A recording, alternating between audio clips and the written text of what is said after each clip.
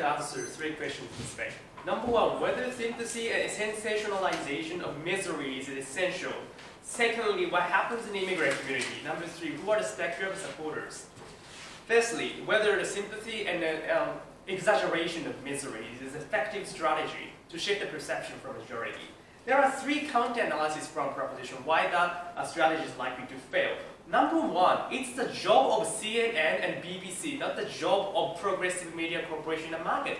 As Prime Minister and Deputy Prime Minister explained already in the status quo, there is predominant media broadcasting about the misery of these minorities. That is why, as a unique agency in the market, the progressive media have unique duty to generate counter-discourse and discussions about different perspectives about this minority community. And there was very contradictory response from government opposition with that. The number of progressive media is very small, therefore has less impact. If that logic is true, all the harm from the other side has lacks impact as well. So the conclusion is there is a reasonable number of progressive media corporations. There will be reasonable impact for benefits and harm as well. Secondly, the more you sensationalize vulnerability, the more xenophobia you generate. That's what I explained, and my deputy explained this debate, ladies and gentlemen.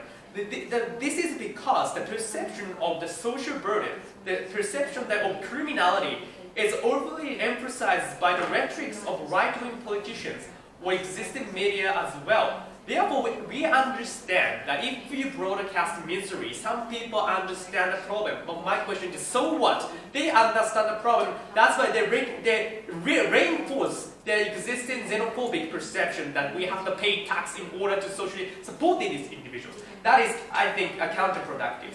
Finally, even if sympathy is effective in short term, people will soon forget it. Media exposure is full of sad news already in the status quo. Therefore, effect will be diluted in the first place. Their counter-analysis: what if the positive news is full of the market? What if the market will be full of the positive news? People will forget it as well. If the market is full of positive news, that's wonderful society. We would like to live in that kind of society in which positive news is flourish in our daily news consumption.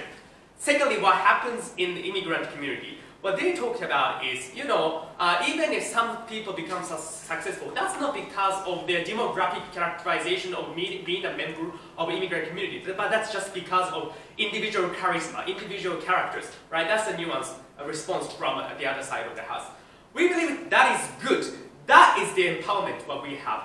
Even if you're the member of community, trust your ability, trust your personal capacity, so that there's a chances in which you get promoted, you get success in our society. This kind of a message or empowerment is necessary in a context in which individuals or members of the immigrant community already self-victimize themselves.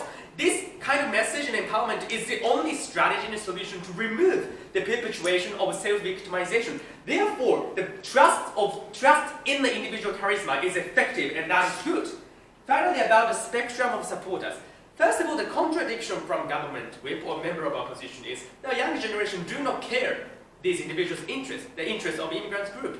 If that logic is true, they do not pay attention to sad news as well. Therefore, realistic characterization is that in order to attract the ignorant or flexible young individuals, we need some entertainment, we need some opportunity. We believe the successful sports player, for example, is a good entry for these individuals to casually enter, to casually get interested in this kind of social topic. That's what happens in France. When the Andy, the soccer player from Algerian immigrant community, became successful, many younger generation get attracted, get interested in this kind of social race war topic. And that's a fast entry that we would like to present from this side of us. We are happy to oppose. Thank you. Thank you for Mark, for